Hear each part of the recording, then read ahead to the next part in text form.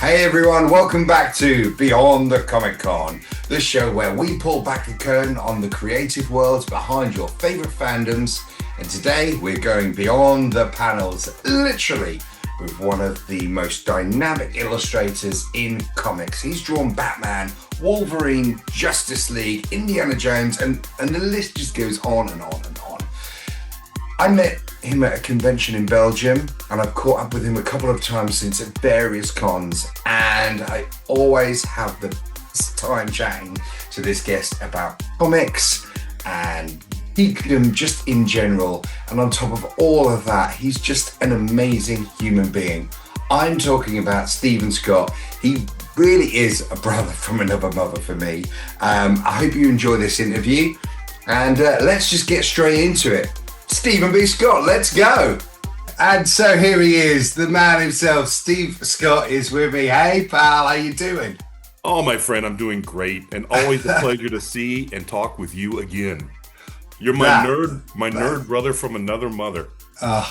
Well, as I was saying on the intro into this interview, I had one of those moments, and I think everyone's watched that Step Brothers film where the two guys, they meet. It's Will Ferrell. I can never remember the other guy's name, but they meet, they talk, and then they go, "Did we just become best friends?" I think so.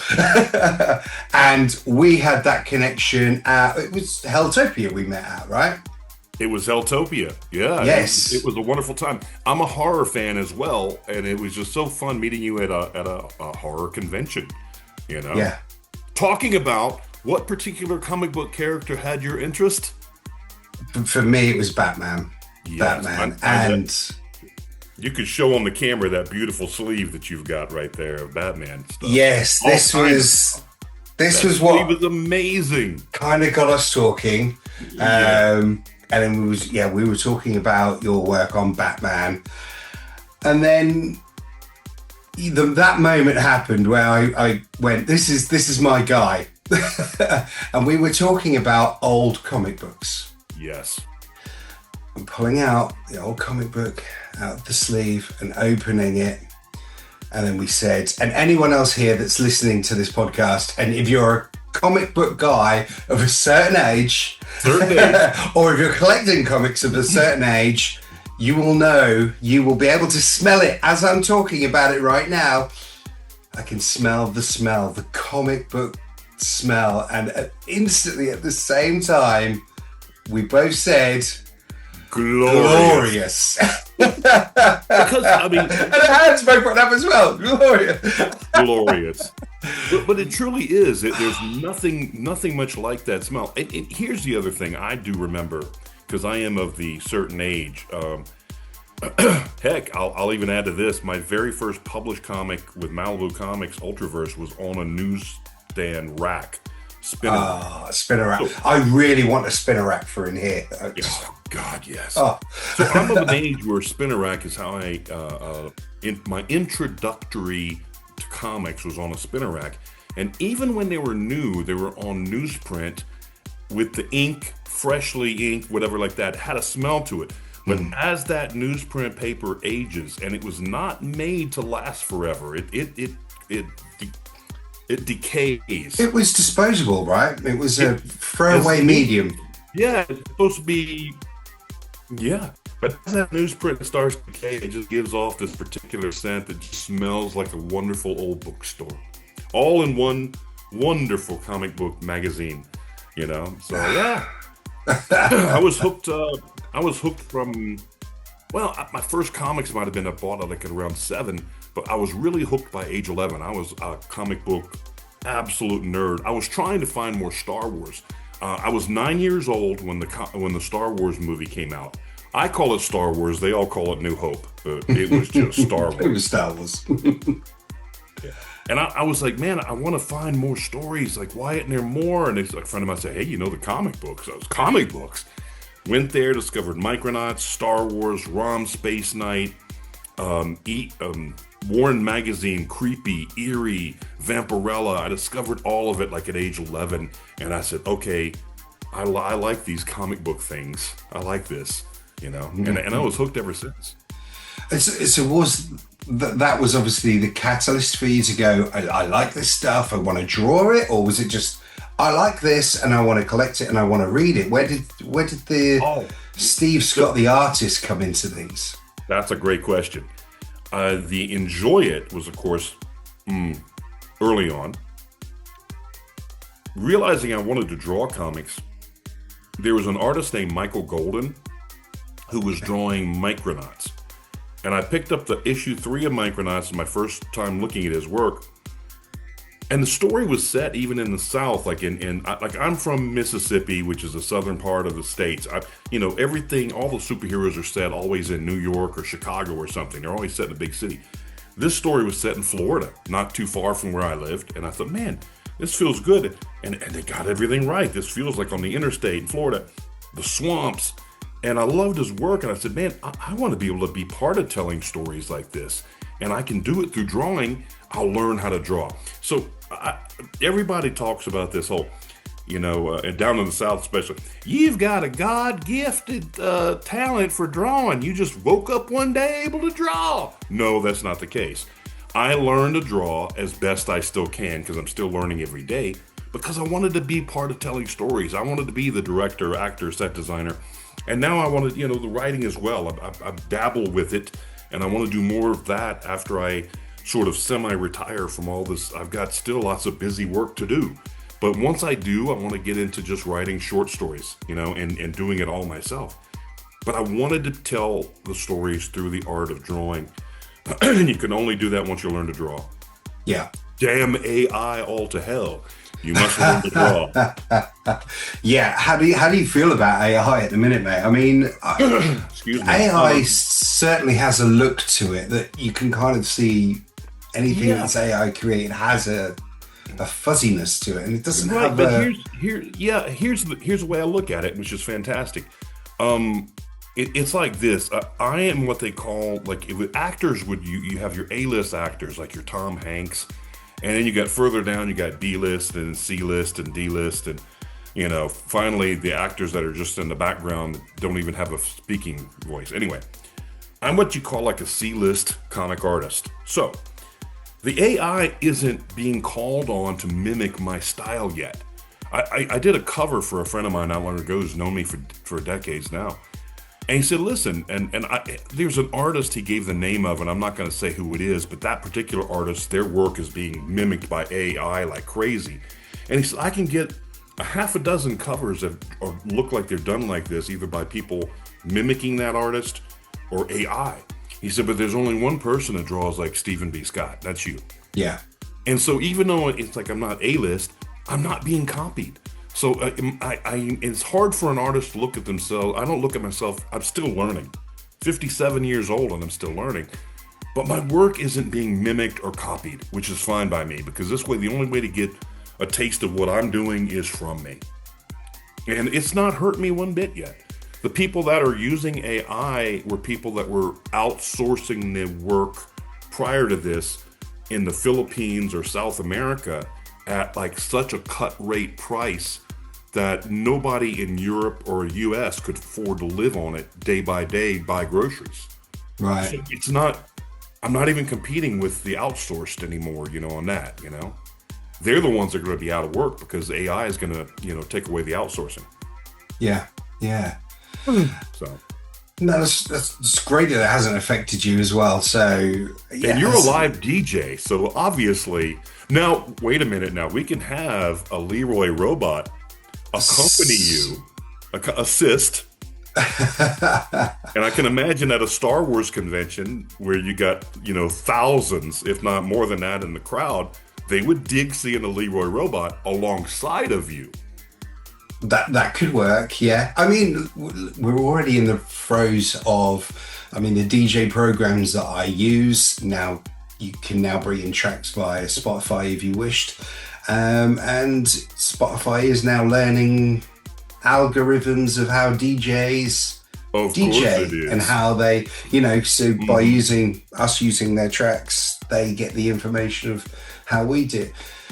And I've listened to some AI DJ work, and it's okay. It blends, and does the very basic thing of what a DJ would do, much like an AIist. But does it have the soul? Does it have the spirit? Does it have the energy? Can it read the room? Can it read the emotions? It's not there. No, I agree with don't you. think you can ever take that away from a human. I feel the same way you do. The thing is that for budgetary reasons, some venues and some people don't need superstar. They just need good enough. And the ones that are just looking for good enough at a cut rate price are going to be fine with it. I joked my girlfriend is a co-owner of a bar in Belgium, a wonderful nerd bar. And I joked with her, they've got a fantasy side and a sci-fi side. I said, listen to me. She knows how I feel about AI because, I'm a creative. I had to learn how to draw. It takes a long time. Just giving it away is like stolen property. But I said, it would behoove you if it was ever affordable to have a robot on the sci-fi side, just doing nothing more than tapping beer as a novelty piece, along with the bartender, you or whoever else is working. But still, it's still, like you said, the soul isn't there. Again, nothing is competing with me at current, but I know it will. I know that for a fact, things are changing rapidly. It's getting better rapidly. Yes. In all cases, it's getting better rapidly, where a lot of people there, it'll never affect me, are going to be quite surprised in another year or two, for almost all of us. The key is that there's nobody can be Leroy. There's nobody that can be you, period. I've seen you in action. And thanks, buddy. No, this is supposed to be about you, though. Nah, but listen, man, you bring human joy, and you're truly in there. And you put together a video compilation with your DJ stuff. I mean, everybody's got to see what you do and experience being there. I got to open. First time I saw it was at the Helltopia, and then later I got to see it over in Ghent.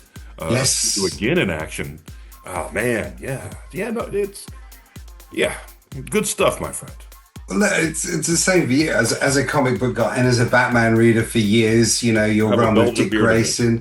Mm-hmm. We talked about this as well. Anyone that's listening, Europe, Belgium is one of the only places I think you can go, order a Big Mac meal, and get us a beer as your drink, not a Coke or a milkshake. You can get a beer. What an incredible place. I love it. And if you're talking about the port cities in Belgium, don't say you're going to go there and get a Coke either, because that could become something else. It could be something completely Let's different. just say cola. Cola. So anyway, yeah, man, it's the weirdest thing here. I think drinking age might be like around 16 here as well. Yes, yeah. But, I mean, not that affects me, but yeah. It's and people live a life, a long, healthy life over here. It seems like for the most part, so it doesn't affect anything badly. Yeah, we have a Taco Bell in. Have you been to the States? Yeah, a few times. Yeah. You ever been to a Taco Bell? We got a Taco Bell in the city of Breda, right near the train station. And at the train station, you can order a beer. I'm trying to think of which brand they had. It wasn't Jupiler, Stella. You can order a Stella to have with your Taco Bell. Unheard of in the States. Yeah, just wouldn't happen. In the UK, the States, most places, go to Belgium, people, for your takeaways and your beers. I mean... So, Leroy, what got you into comic books, by the way? How old were you, and when did you discover your first comic book? What really made you hooked on it? So, me personally, I was, as my parents tell it, I was always into cartoons and Spider-Man is an Amazing Friends, all of those kind of cartoons, Ulysses, they were always on. And I would always watch them. As soon as they tried to put it over to a learning thing or a learning chat, I was like, no, not for me. And so all of my life has been comics, cartoons, and I know I've been getting them. 1989 rolls around. There's a film called Batman. I'm not old enough to go to the cinema to see it, but my dad gets me a bootleg copy from wherever he was working, and it's a VHS copy, and it's pretty much a black screen because that film was dark. But very dark. Tim Burton. But I wore that tape out, and then the Christmas that it was released, I got the VHS, and showing my age now, and that was where it happened for me. Batman 1989 was the switch. However, I know that Spider-Man, Batman, all of these things, Superman, were always in my life prior. 89 was the go time. Man, and that was a good one too, by the way. I love that film. Yeah. It surprised the world because they were not even ready and prepared with merchandising because they didn't know it would go over as well as it did. It had that great soundtrack by Prince as well to accompany that movie. I love Prince because of that movie. Forgive me, by the way. I'm in a city, and you can hear the sirens. You may hear the sirens going, but no, okay. Yes. Anyway. Or is Batman afoot right now? I don't know. Joker must have been up to something. Anyway, but no, man, it had the Prince soundtrack. It had that wonderful Tim Burton otherworldliness. It felt like you were watching this on a set of a stage, but a beautifully elaborate decorative stage. It just felt so good. I love that movie. That's a good one. It was gothic. I knew of Michael Keaton as a short little comedic actor who was a good comedy actor. He was Mr. Mom and all this. Yeah. I didn't think of him as somebody that could pull it off. Man, he pulled it off. The writing, the directing, everything pulled it off. Oh man, totally. He broke the internet before the internet. Sort of watching all of the the docu-films about comic book movies and Batman 89. Everybody was up in arms. Oh no, we can't have Mr. Mom as Batman. They're playing it for jokes again. This is 66 Adam West all over again. I didn't know that at the time. I was just a kid, so for me it was like, this guy's Batman, and he was introduced. The first Michael Keaton works I got was Batman, but it was such an important piece for me because it was a great film. The soundtrack from Danny Elfman was but again, the music made me listen to soundtracks. Danny Elfman. Oh my God. Yeah. Yes. And I agree, man. It was fantastic, and it set a precedence. Before then, it was always like Batman 66, which was fun. If you go back to those old 1966 Batmans, they were bam, pow, they were fun. But this took a transitional to it being dark with a little bit of fun. Come on, I mean, the Joker stuff was really fun. That was in that. From your previous, and everybody needs to listen also to your previous that's listening to this episode. You're also an anime fan as well. And I've got to say this too. Like my introduction to anime, now of course, as a little kid in the States, and everybody's got their own nostalgia. Your nostalgia of comics gets into what we just discussed. But with our wanting to discover comics. With anime, for instance, mine was, little kids, we had Speed Racer, and that was okay. It was something that interests me because no other cartoon looked like Speed Racer. I loved Speed Racer. I can't remember his name off the top of my head now, but the monkey. Did you guys have the same, here comes Speed Racer. That's what we had, yeah. You incorporate that in some of you should incorporate that in DJ stuff. Next show, me and you are out. Here he comes. Anyway, but they had that. But then later, and I was already a young adult by this, because I can kind of remember it was where I was when I rented it and where I was when I saw it. I remember seeing Akira. Yes. And I remember seeing stuff like Ninja Scroll. Yeah. And it was all like rental on VHS tape. And yeah, I'm going to age myself. Hell yeah, I guess I already said I'm 57 years old. So I'm a certain age so I discovered anime during that time. And even though the comics that got me into comics were like Micronauts, Star Wars, Creepy, 1994, Heavy Metal, all that stuff got me wanting an interest in comics. It didn't mean that I was a snob to anime at all. It was more like, this is great also. Yeah. Whole different pace, sometimes drawn with the big anime eyes and things like that. I really don't care. I still love it just as well in a different box. It's just yes, 100% that. Yes, you can have your pop culture loves, and you can have them wherever you want them and segment it off and enjoy them all. I've got a love of gaming. The first time I played a video game in my entire life, I was second grade. That means I was about 7 years old. And where I was living, they had the game Pong, or table tennis. And we were allowed on Wednesdays to go into this little bar. Kids were allowed during the day because it was the first time in my community that had the video game, table tennis. And I remember playing that. But then in my later younger life, I mean, I had, like, as a kid rather, I had Atari 2600. I'd go to the arcade all the time. So I spent times, like, the arcade was as important to me as a comic shop almost. I just spent all these quarters in an arcade and had the greatest time of my life. But so, like, I'm still a nerd. I still game. I still love cartoons. What are you playing at the moment, Tom?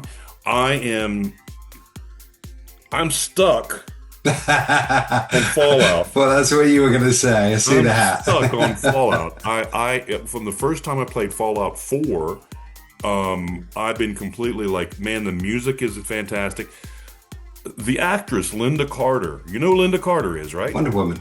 Yeah. Oh, yeah. Yeah. She is Wonder Woman. Linda Carter plays about 4 or 5 songs for this for the video game. There's a scene in there where you go to the Third Rail nightclub, and there's a nightclub singer in there, a female singer, and there's songs she and her band made for the video game. It's her voice singing the songs. So Linda Carter's voice is in this, for crying out loud. I'm hooked. You in? Yeah. 1940s and 50s.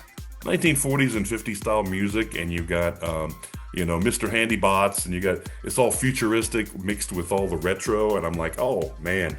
So there's that, but I love Resident Evil. There's a lot of good stuff I love, man. I love a horror thrill. I love horror comics. I love horror video games too. I'm just your overall nerd, man. You really are. What comic wise, what are you reading at the moment? Are you just my own scripts, and also on occasions whenever I get friends of mine that get these for me from the UK. And man, these are just perfect little short read. Oh, there's another one. I'm going off camera here. I think you can still hear me. No, I don't have it nearby right now. There was another one that was very retro. It's EC Comics has started up a comic thing again, and I bought a graphic novel of the EC Comics, and I found it. Excuse me. It's underneath the laptop. It was recently this, my friend. Look at that. This right here is fantastic. It's a bunch of like brand new but very retro feeling short stories of science fiction. I'll put this up here again. Cruel Universe. Just all the some of the short stories are not so great, and some of them are really, really good. But it's that same mix that you would have when you're, it looks super pulpy. Comics back in the day. I mean, looks really pulpy. Yeah. It does. But man, these covers that they had on the original printings are all in here. But I've been reading here because they got like some stories are like 6 pages long, some are 8, and they're just great little quick fix. I think we need more anthology comics popularity. Not everything doesn't have to be a 60, 70 page grandiose event book. I like that because you could get the same message out of a small story and make people think about it for the rest of the week. Yeah, it really pops. Just quick read. You could bust that out on the bus or the train and something, just for it. Or toilet. Oh, the toilet. But as you can see, mine is by my desk. I love that. Fun fact, in my old house that I had, I put Star Wars wallpaper up in the toilet, loads of Star Wars pictures, and I had a little metal rack on the side filled with comics for people to read. Oh, that's wonderful. It's a perfect place for it, look, without your legs going completely numb, for being there too long. So, I was going to show you something a little bit later on, but I think the way you brought the pulp comic thing up, I'm going to show Let's you now. do it now. Because right, everybody watch Stephen's eyes, because he's going to, we spoke about this, but this is my piece de la resistance, my creme de la creme of my comic book collection. What? I've never seen that book. I've never seen it before. Oh, you are kidding me. No, it smells glorious. Yeah, but dude, the history. Yeah. The history you're holding, buddy. Yes. Oh. I got this for Christmas years ago, and I felt a bit weird asking because it's from my mum and dad, and I did feel weird saying, can I have a book called Seduction of the Innocent for Christmas? And it was a long time ago, so I know it's shot up in price now, but this book, man, nearly took down. I mean, you might not have had a job if this book had its wicked way. Right. The artists of the 1960s, there were few of them that made it through the 50s after that, and so this was pinnacle. Oh, wow. And Frederick Wortham really goes to town on Hulk comics and Batman and Robin living in sin. The funniest irony of history is that if you really think about it now, I mean, comics now are not even pretending to be made for like a 9-year-old or 10-year-old. No. They're not at all. They're really made for the nostalgia of a certain person, of people of a certain age, and or maybe generating some in the 20s and such. Like when I go to a comic shop now, I see a lot of people of all ages there, but not kids. I see maybe in the early 20s picking up manga. Yeah.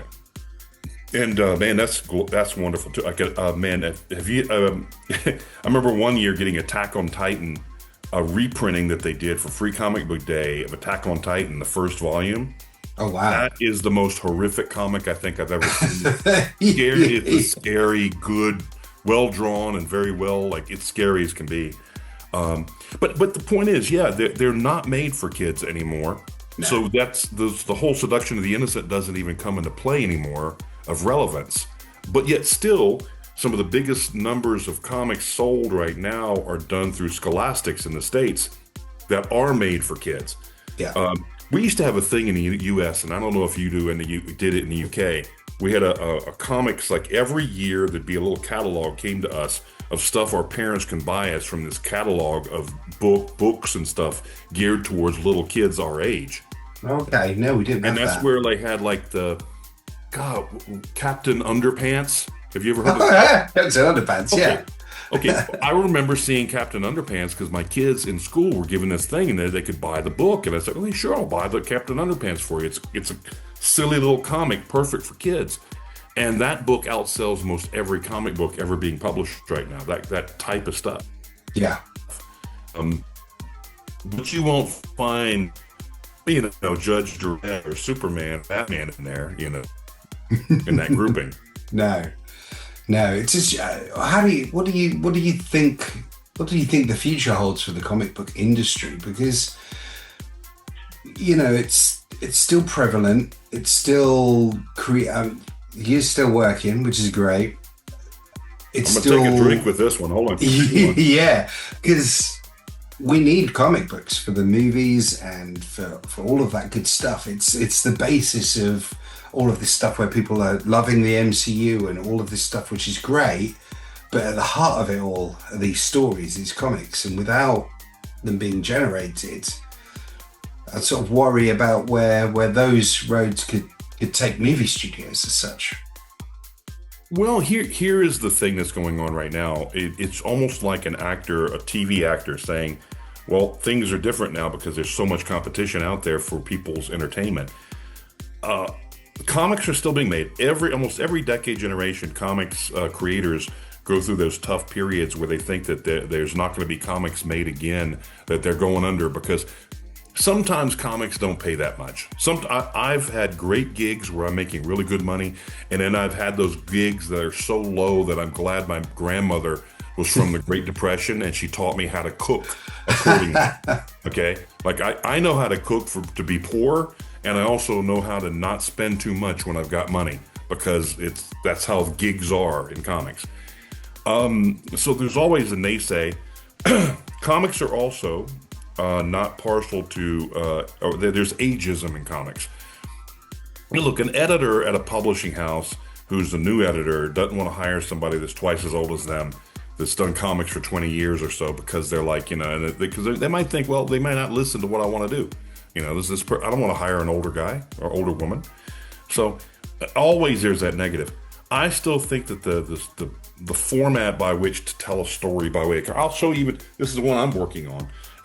Ours, we're doing this in black and white, black and white comics. Lovely. It's being done black and white through a manga. Look at manga. Manga is still popular, all ages. You could still see manga being produced. So yeah, and black and white, yeah. And it's called manga and not comics. No, manga is the word for comics in Japan, so it's comics. Yeah. It's not done European pacing, which European pacing is different than American pacing even, Yeah. It's not done so that I find there's 3 different styles. And there's those great Italian comics too, which is also Italy, but like the Dylan Dogs. Have you ever picked up a Dylan Dog comic? No, I haven't. No, I'm in Malta soon, which is just under at least, so I'll maybe keep an eye out. If you can find a Dylan Dog, even buy it in Italian, just because the artwork is always fantastic. But it's done in like a smaller, like a manga-sized format, and it might be 98 pages long, but you could tell that the pages were drawn smaller. There's like 2-3 panels per page. Right, but yeah. There's different types of comics. A nostalgia and a joy for somebody. I talk about my Warren magazines that I still collect now to this day. I've got the best Warren magazine collection I've ever had in my life now, because it's the only thing I do choose to collect. I mean, again, except for other reading material here. But everything in those Warren magazines I love to read. But they're different than any manga. They're different than any superhero comic. It's my thing. But everybody, even generationally, will have what interests them. I find a lot of talented young women getting into comics here in Europe, I found. I mean, I'm talking, they're in their 20s and their work is fantastic. But there's no but here. It is also a cartoon style that's generated through nostalgia of the European artists, that do like a Siska and Wiska or the Smurfs, Yeah. But it is just as brilliant, and it's of a new generation brilliance at combining a little bit of their anime influence as well in it. And they're extremely creative. And there's a generation of my generation that it was almost an all-boys club of drawing comics. Oh, you want to draw the Hulk? Well, Marie Severin drew the Hulk, and she was a female, but she was like one out of all the Marvel studios that were drawing comics. The one female. So I don't think it's going anywhere. I feel positive about comics, actually. Good. Yeah, I fear that because we see more of the local comic shops are closing down, and I guess that is down to the high street is changing as well over time with the internet and people buying on Amazon and people being able to purchase on Comixology now as well, I suppose, and things like that. So, well, but the thing about the thing with the comic shops, and I love comic shops. Love. Talk about the glorious smell, right? The glorious. Yeah. But the thing is that a comic shop didn't generate new, right? Like the new 9-year-old that discovers comics for the first time with their mother and grandmother, like I would be, wasn't going to be happening to wander into a comic shop. No, they would wander into a drugstore because grandma's got to get her prescription filled. They'd go to the grocery store. So everywhere that kids are, comics are not anymore. Yeah. In the States, and I think for the most part, even in Europe. In Italy, we have less news agents Dylan Dog now. at the airport. I found Dylan Dog comics at the airport. And I think every airport should have a comic stand, a comic rack. Every airport, in my personal opinion. And I've done a lot of traveling. Every train station, throughout Europe, there should be a newsstand that has comic books at it, in my personal opinion. But that's what's lacking. And even if a comic shop is going under, they weren't generating the new people that were discovering it. You don't discover it there. You discover comics and say, man, I wonder what this is issue 5. I wonder what issue 1, 2, and 3 and 4 were like. Let me go find it. That's the other job of the comic shop. Yeah. So you're right about that, but the big answer is to get them where everybody can see them when they're just going to go get groceries. I found one of my Hulk stories one time on a rack at the register in Paris, France, about 7 years ago. Oh, man. Reprinting one of my Marvel Adventures Hulk. And I recognized the cover. Wasn't my cover, but I recognized it. And I was like, huh. I looked through. Yep, boom, there it was. The third issue of that Marvel Adventures Hulk I did was right there in reprint in French. Oh, cool. That's where they should be, at the register, you know? There's definitely less newsagents selling these comics, and I mean that I remember that is how I was picking them up initially before I had my comic shop subscription. It was picking them. They were 60p, 70p, and you just get them, and they were tatty. And I've got reprints of some of the UK comics that were black and white, and they were like it'd be under like one title. And yet they do reprints of several different comics, all in black and white. They have those kind in the UK for you, or were they later on when the Marvel comics just were exactly the same as the US, only they were stamped with the price in pence? For the longest time we had. For the longest time, sort of both. They would stick the sticker over the top, and then we would also get like I think it was Panini, who are like a sticker book company, would do these reprints and reruns, and they would put various stories in. So there'd be 3, 4, 5 stories, and again, they're my fond memories of going to a newsagent with my granddad, go visit my granddad, and we would take a walk to the newsagent. He would buy a paper and I would get a Spider-Man comic. I bought an example of this from House of M Comics in Rotterdam. I ordered it because it had a ROM Space Knight cover by Michael Golden on it. And it's almost like it's a newsprint cover. And it's all black and white inside. It had ROM, it was a mix of others. Nick Fury was in there, the Howling Commandos. But it was none of the artists or writers were credited. It was all just done. It didn't give a shit. You know what I mean? It was just put together, just tossed in like you're midway of a ROM story and you don't know what the hell's going on. But it still was in a very affordable, I'm sure, because again it was newsprint paper like the old 2000 ADs. Yeah. But then I've got like a Dominic Fortune, I think, from Marvel Super Presents or something, that has the printed on it, like 60p, or I don't know how much it was. Whatever it was in pence. It was the UK variant, as they call it. Yeah. The UK variant. The variant. So they started doing them exactly as the Marvel comics were, but then there was a time period where they were doing just the reprints, black and white, and you saying that they overlapped together at the same time. Yeah. See, I never knew that by not living there. You had the nostalgia of that. That's amazing. Yeah, that was like you would go to a newsagent and you wouldn't know what you were going to get. It wouldn't just be, the next month having the next issue of that Spider-Man run.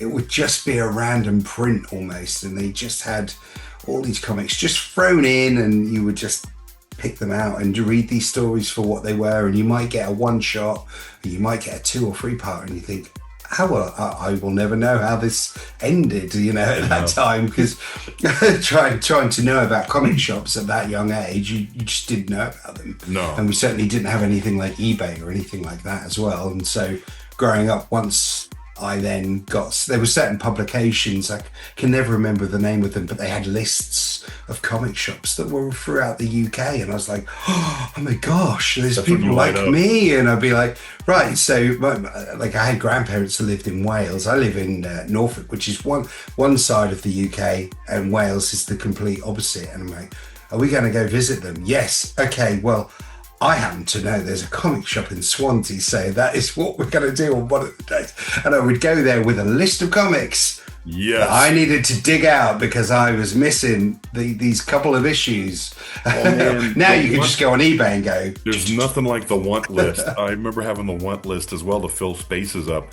Yeah. What I used to do when I was in my 20s, and again, man, for anybody listening now that might be a little bit younger than you for as an example, they're blown away by this.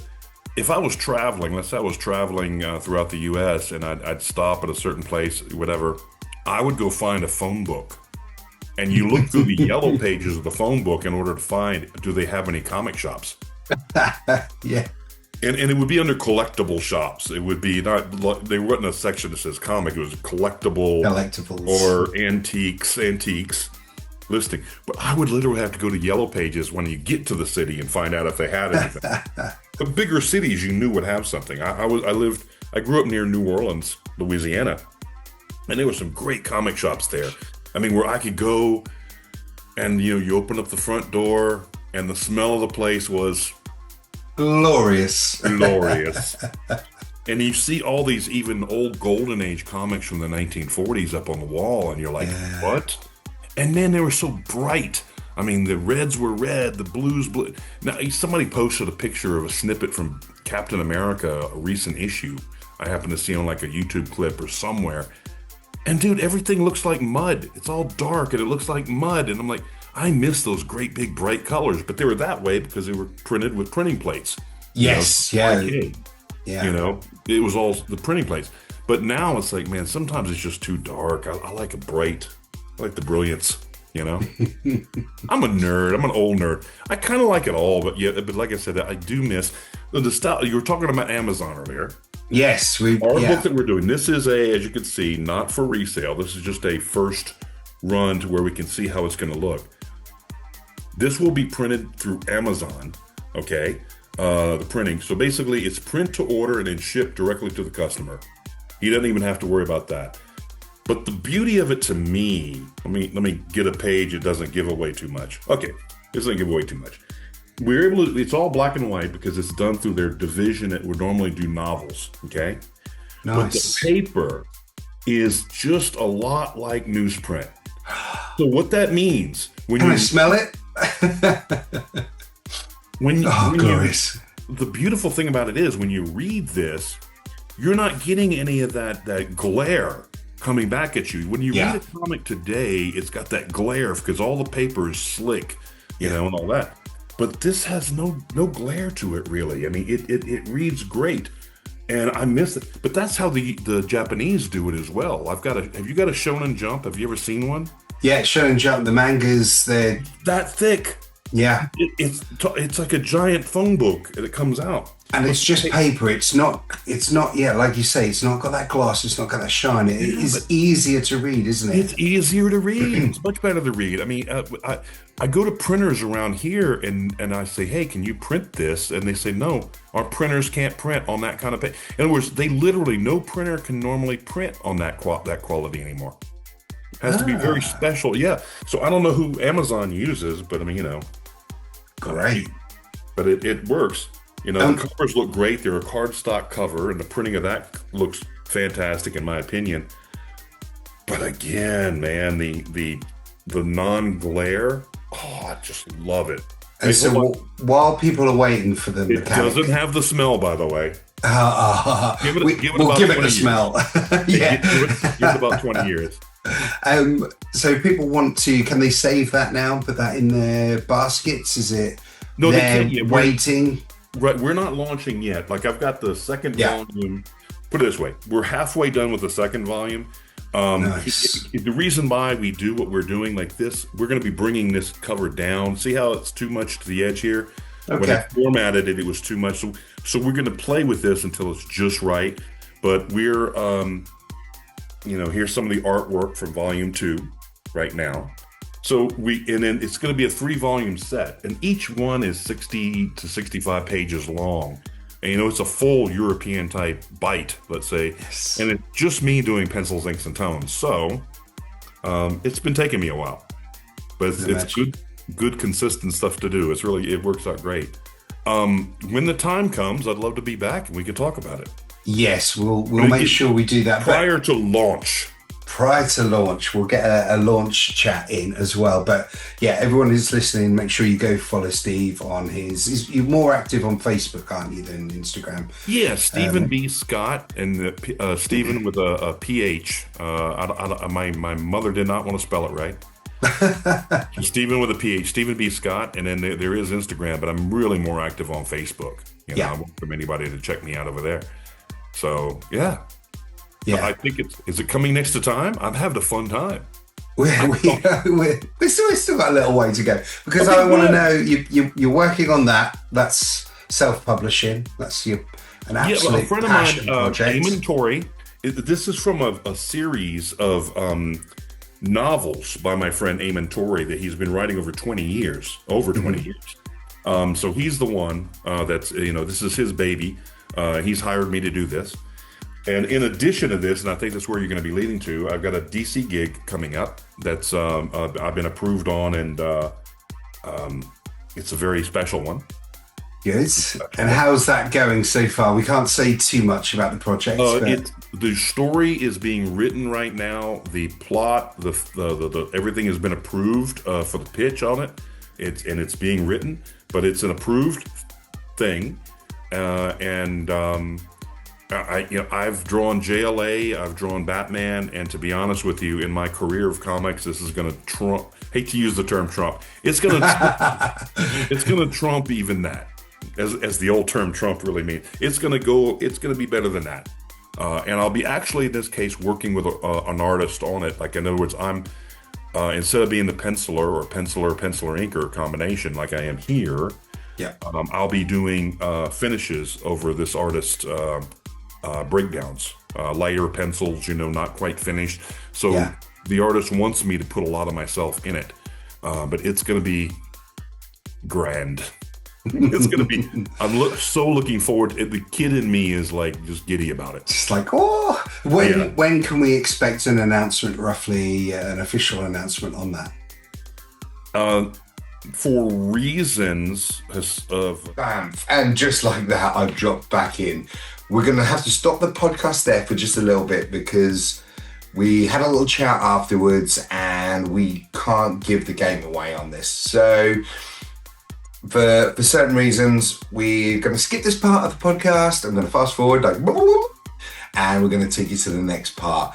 Don't worry, me and Steve spoke about it. He's definitely coming back on the show. We're going to promote the heck out of this thing, but we just can't do it now because of NDAs and very exciting stuff. So sorry, bear with. We'll be back on that. But for now, back to the show. Boom. It's going to be a while.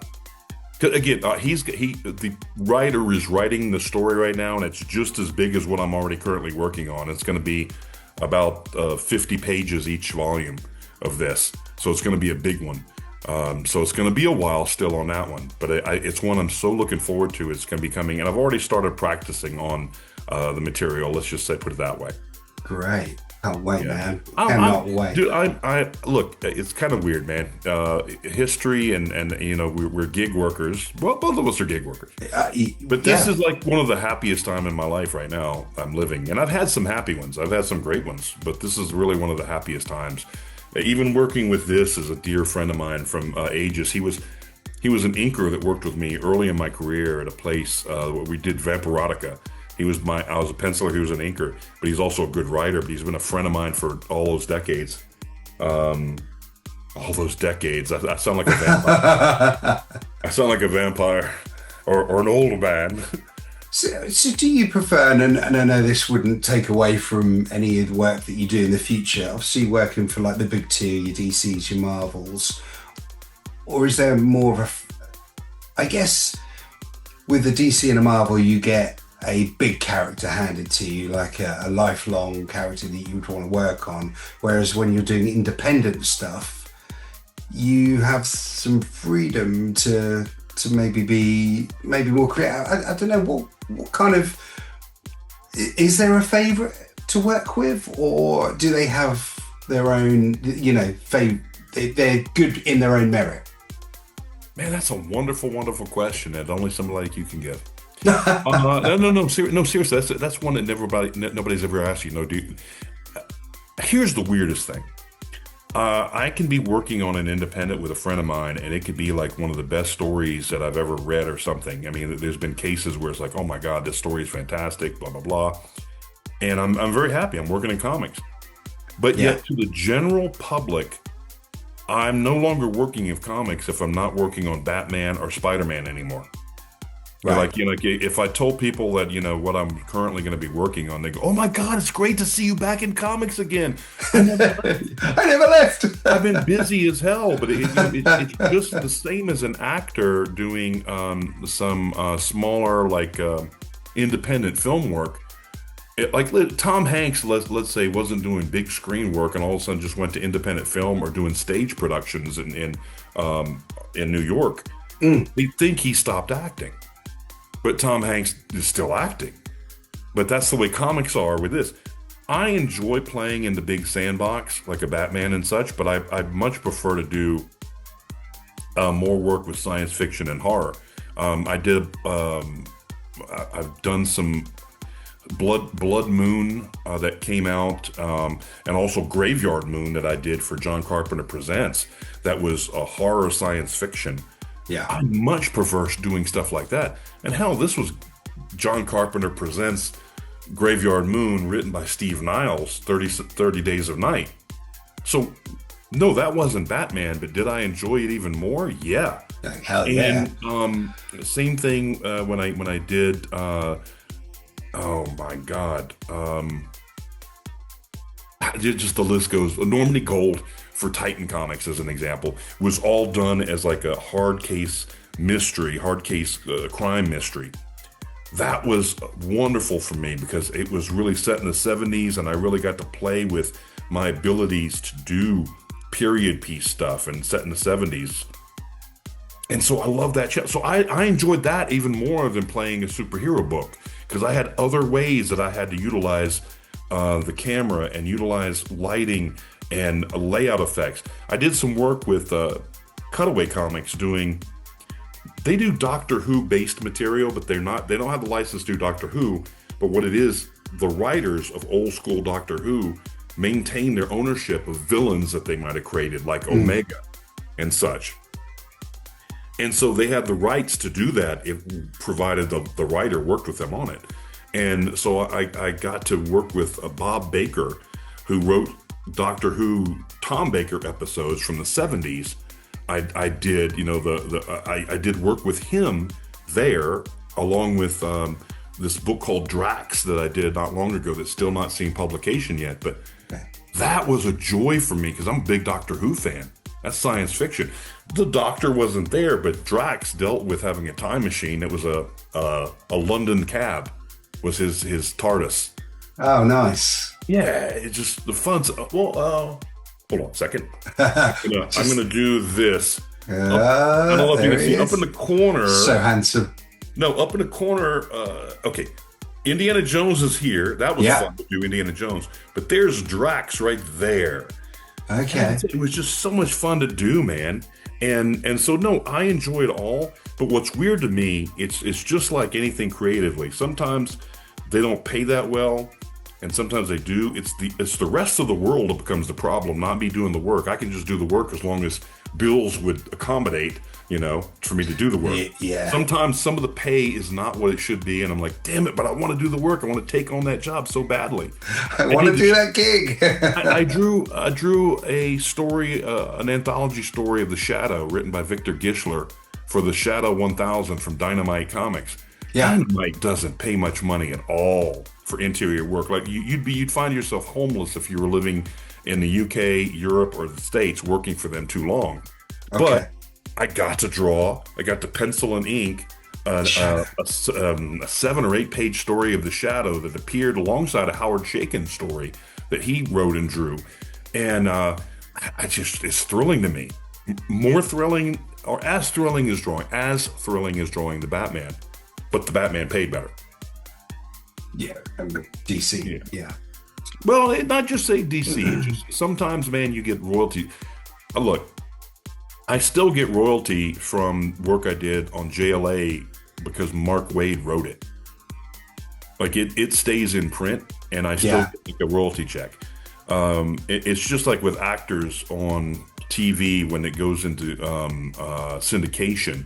You hear these actors are like, "Hey, I get a check 3 times." The residuals come through, and well, I still get that from DC Comics from, I know we're talking the business end of this, and maybe it might bore some people. I think it's important for people to understand. But residuals are part of the whole thing.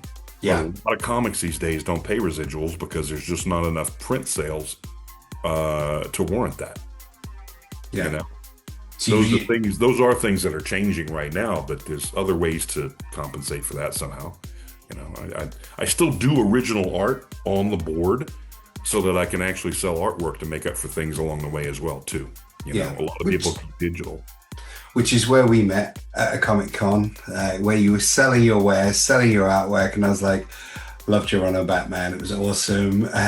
Dick Grayson Batman, great stuff. And you did him justice. You did him right. He was the athletic Batman, not the big bulky Batman. Right. Which is, you know, so you have to draw a very different Batman as well. So I had him practically in a fight choreography in a billiard in a pool hall bar. Almost doing splits on top of a pool table, like, because he could stretch that way to do it. And he was kicking one guy and then slamming another and all that. And I even, you know, his shoes were not the bulky commando boots. They were more like an athletic type. That he could also walk a tight wire, in my opinion, in that with those shoes. My mindset. Look, I did 4 issues of Batman, series Batman. I did Batman Confidential 1 issue. I did Batman Legends of the Dark Knight 1 issue. Had I just done the Batman Confidential or Legends of the Dark Knight, I'd have been able to say in my whole career I got to draw a published issue of Batman. But it was that Batman series, like Batman Volume 1 ended with my issue. Like, and then they started up the New 51. 52. Yeah, New 52. So basically, you know, if you were a completist and you just bought Batman issue 1 in the 1940s and you finished your collection, I'm on the end of that collection. Yes. Which is kind of, I'm nerdy. That's really cool, isn't it? I'll do like my girlfriend when she gets excited.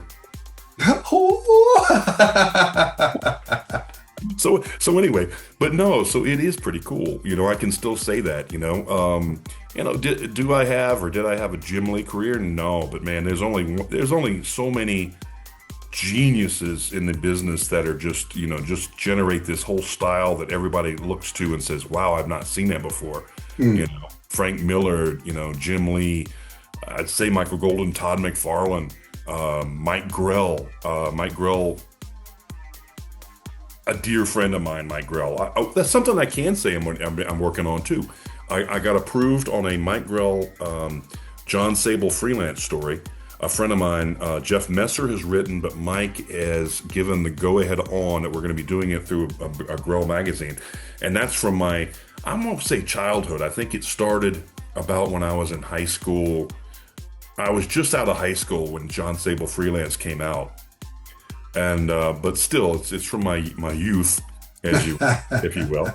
So, and Mike Grell has become a dear friend of mine, a colleague and a dear friend of mine over the years too. You know, so he's one of those legends, ultimate legends in the business that inspired me with his Warlord. I told you it wasn't the superhero books that really got me, man. It was the stuff that was non-superhero, fantasy and science fiction. And that's what pulled you in. It did. It pulled me in. Now, granted, I love Spider-Man. I love the Hulk. I love other ones as well. Green Lantern. Got to draw an issue of Green Lantern for Consolidated Edison in New York. And it was the only Hal Jordan Green Lantern I got to do. And they accidentally sent me an email. It wasn't supposed to come to me, and I got to see how the printing numbers were on it. And granted, this was a promotional comic, only given away in New York, but they printed 500,000 copies of it. Wow. Yeah, that's just crazy, isn't it? And it's Green Lantern going up against Solomon Grundy, and what it was about how you should conserve on energy. Solomon Grundy was going through Manhattan crazy, attacking people because all the noise, because he's a swamp monster, right? Yeah. So I'm kind of drawing DC's Incredible Hulk as far as I'm concerned, man. I had the best time. That was some of my best looking work that was done on that issue. So yeah, it was fun. And drawing Green Lantern. Telling Solomon Grundy to not waste energy. And But here's something else. We talking about, see, I consider certain heroes, I don't consider Green Lantern superheroes so much as science fiction. Okay. Yeah, no. Think about it. I'd To go me, with he's that. science Yeah. fiction. Just as the Hulk, I got to draw Marvel Adventures Hulk and another Hulk. I got to draw some Hulk at Marvel Comics. I consider him to be a horror comic like Frankenstein or Dr. Jekyll, Mr. Hyde. Oh, yeah, So I 100%. think of it that way, and it makes it even more fun to me. Yeah. Yeah, see, you love getting into those nitty-gritty bits of the characters, and then when you're drawing them, that does come through in your artwork. I've got to say. You've got to. There's nobody that understands the story written that you're going to be conveying more than you and the writer. Like, in other words, you've got to dissect what the writer gave you and then even make it even more your own through understanding it and playing it out. I mean, you've got to be the actor, set designer, casting, the lighting technician. You're everything in the comic is what you're doing to set the pace. If it's a written script, the writer will set the page turn. Now, that's important because knowing when to make a page turn is so important. And Yeah. it's easier now than when there was ads in between the comics, but you want there to be a little bit of a reason for people. You know, somebody opens the door, they look surprised, like, oh my God, next page. Oh, Yes. it's just Aunt May sitting there and he's happy to see her. You know, it's not Doc Ock after all. There's a fun talent to doing comedy. There's a fun, not talent. There's a fun group of things that we have to learn to try to master. And I say try to master because a proper creative never masters it. They're always constantly on the learn, on the need for knowledge on it to do better. And that's where I still am. Yeah, no, agreed. I have the same mentality. People are like, oh yeah, this is great. I'm like, yeah, thank you very much. Can still do more. Can still do better. I'm always learning from other people. You've got to. Are you reading comics these days, by the way? I am a little less than I'd like to be. I'm just finding I'm not got the time. I mean, that is going to happen. Look how beautiful that cover is. Oh my God. That is incredible, isn't The it? story that matches this cover is one of the best ones I've read in here so far. Now, I'm only halfway done. That's the thing. This is a big, nice volume. It's juicy. So, yeah. So, And anyway, when you get that's the on time, Amazon or somewhere like that, yeah? you could probably order it. Yeah, I bought it in a comic shop. I support. We have my comic shop locally is called Mechanic. If you ever come to Antwerp, there's a wonderful bar across from Mechanic called the Geeky Cauldron. And and some people do this. You can go over to the Mechanic, buy some comic books, go sit at the Geeky Cauldron, and have yourself a drink of your choice, and enjoy your comic book. And I feel like that's something that I need to do very soon and come over and see my pal. And you can take me in there and we'll have a look around. Because I've got my local guys. It's the Abstract Sprocket in Norwich. So we'll give them a shout out. And That's a great name. I know, right? And I said, well, can you think how he came up with that name? I said, why did you come up with Abstract Sprocket? I don't know. Because it starts with an A. He's at the start of all the lists. Yeah, because And I was like, I was hoping for more, but it's genius. This harkens back to the old phone book thing I told you about. Yes. Oh, by And the he way, was I at the think you top can of the see it in the list. video. I'm so discombobulated. Oh, there is my signed Stan Lee. See the Hulk The Hulk, yeah. battling the thing? Try to get my head out of the way.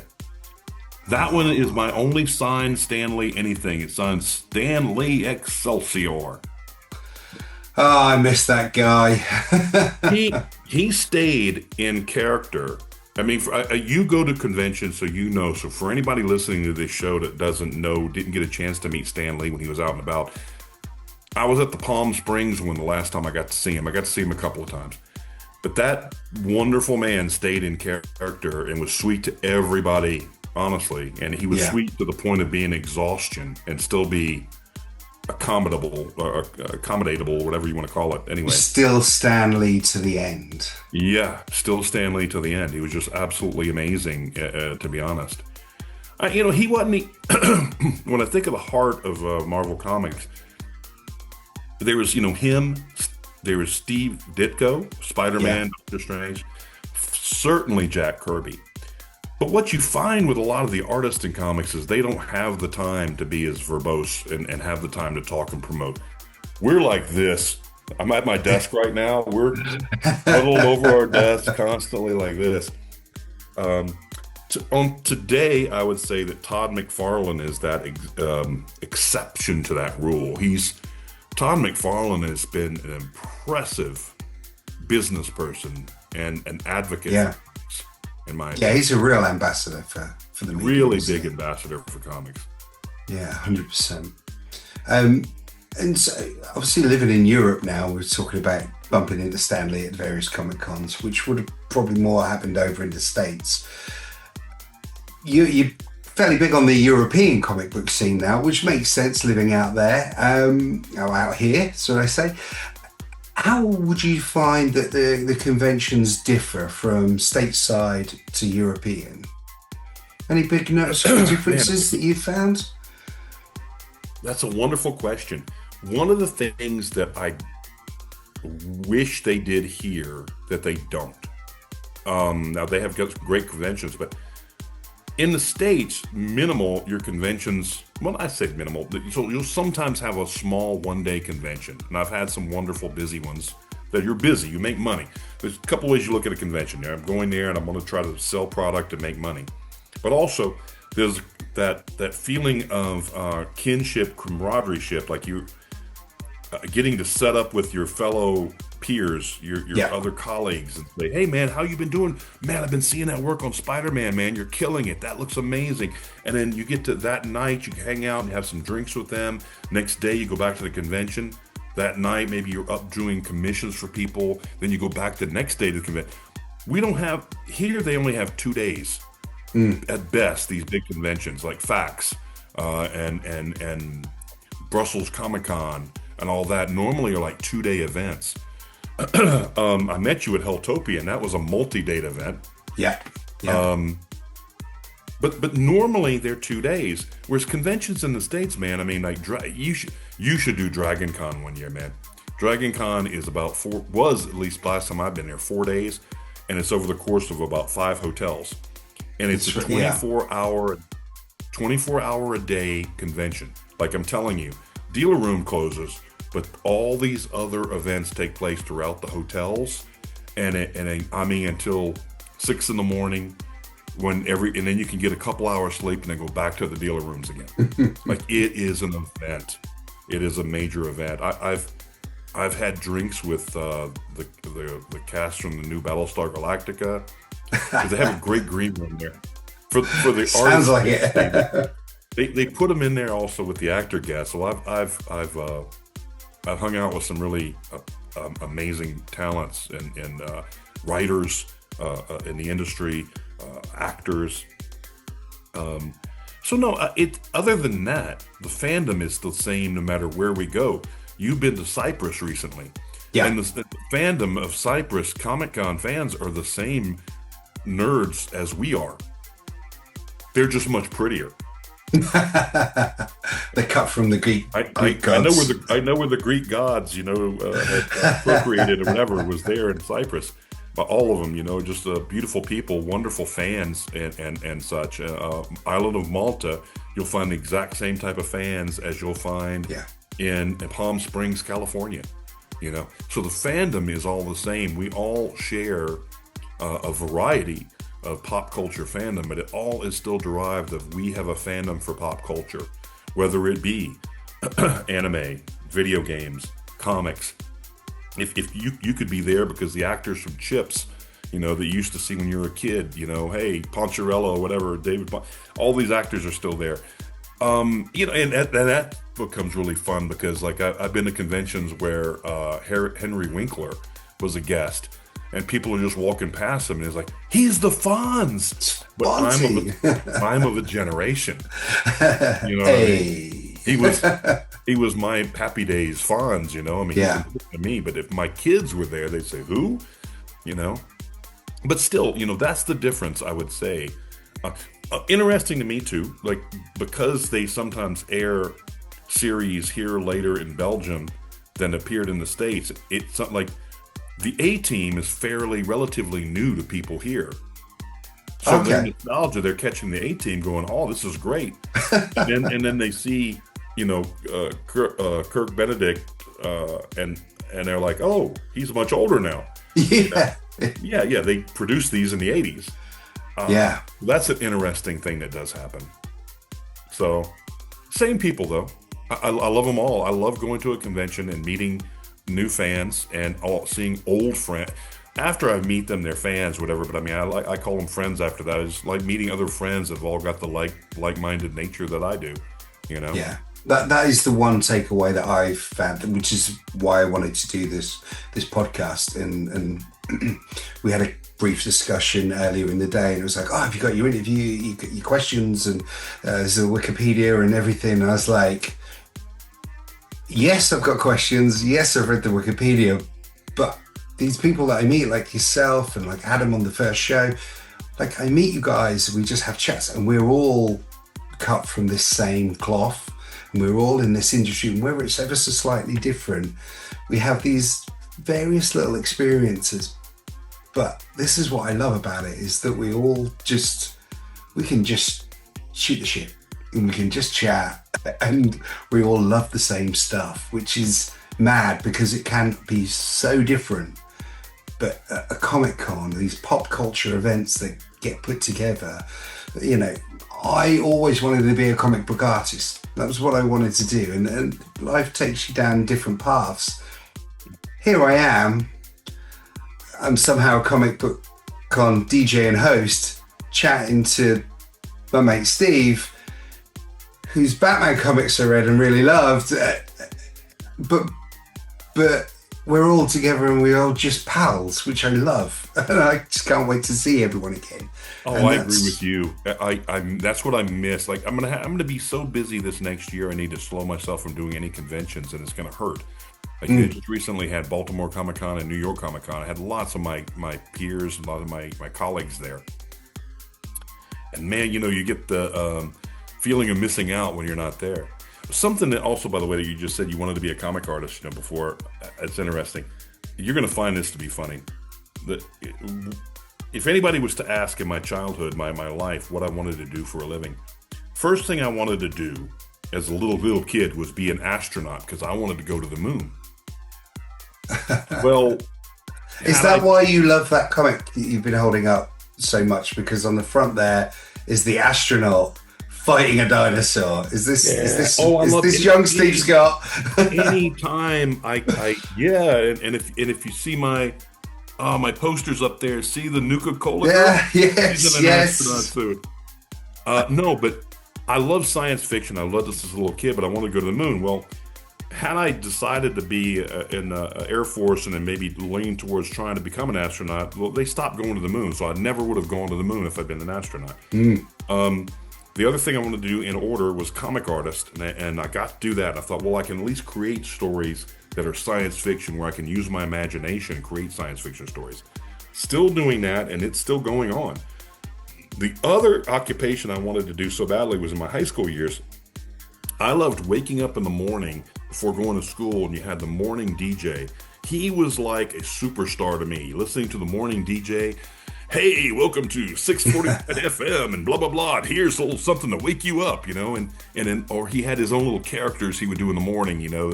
Ours had this sexy Sadie McGrady. He'd do these voice characters. I wanted to do that. Well, I could see you doing that, or I could hear you doing that. Right. In our time period, in our time frame of life, in my time frame of life, that has not become a it's lost its validity. Like they don't hire those morning DJs anymore. That doesn't make enough money to pay the bills, let's say. So the astronauts not going to the moon, and that one I could rule out, but the comics still kept on in any kind of form, so I kind of picked the right one.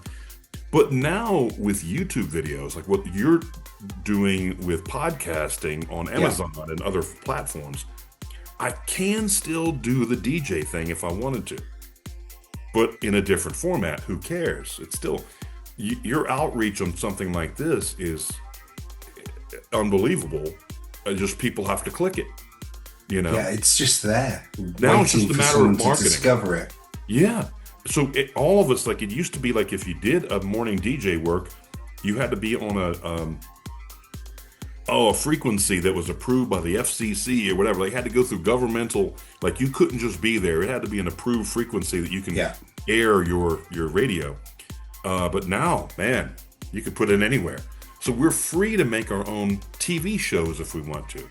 We're free right now in this generation to make comics and just put them up digitally for the world to see if we wanted to.